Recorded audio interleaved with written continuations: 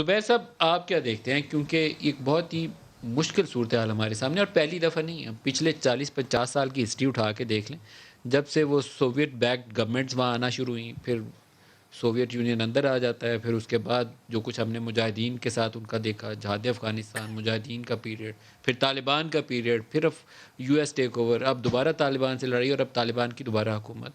تو لیسنز تو وہاں ہیں ہمارے پاس، لیکن آگے کا راستہ کلیئر نہیں ہے.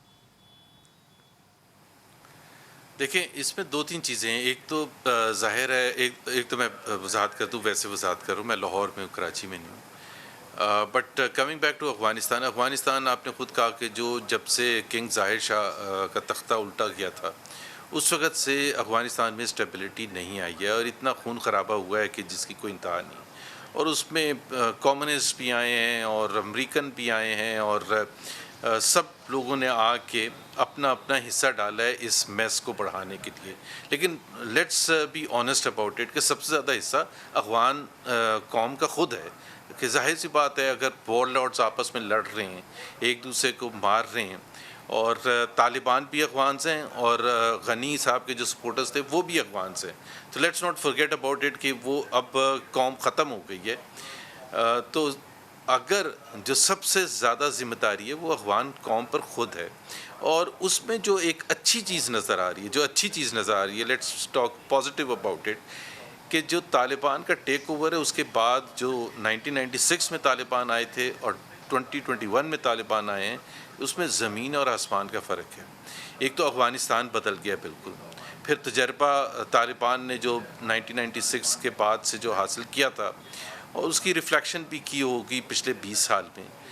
دوسری چیز یہ ہے کہ افغانستان بالکل ایک ڈفرینٹ افغانستان ہے 2021 میں.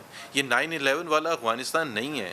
ایک strong middle class, educated middle class ابھر کے آئی ہے. اس میں سے ہزاروں لوگ وہ ہیں جو کہ باہر سے آئے تھے، بینکرز ہیں، اکاؤنٹنٹس ہیں.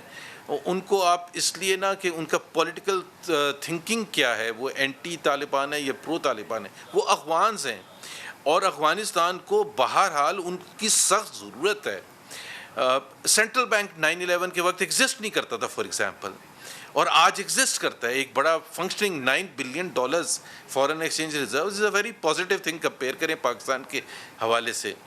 تو ایک تو طالبان کو جو نئی حکومت بنانے جا رہے ہیں اور جو نئے رولرز ہیں، ان کو میرا خیال ہے بڑا کلیئرلی احساس ہے کہ یہ وہ افغانستان نہیں ہے جو اس وقت تھا. دوسرا یہ کہ ان کو احساس اس چیز کا بھی ہے کہ صرف پاکستان سے نہیں، پوری انٹرنیشنل کمیونٹی باشمول امریکہ سے ان کی ایک اچھی ورکنگ ریلیشن شپ ہونی ضروری ہے اگر افغانستان کو آگے لے کے جانا ہے.